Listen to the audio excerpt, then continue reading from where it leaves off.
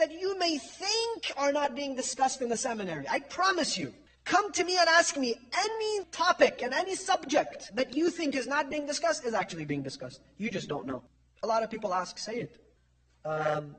Why should women wear hijab in salah? If she's alone, by herself in her bedroom, why should she wear hijab in salah? So obviously we explain. But do you know that some maraja have differences of opinion on this? Is it their fault that we don't know? Does it mean that they're sitting at home and not discussing those things? When it comes to hijab, that is if a woman is not in public, if she's not surrounded by those who are not mahram to her, there are several opinions, many opinions.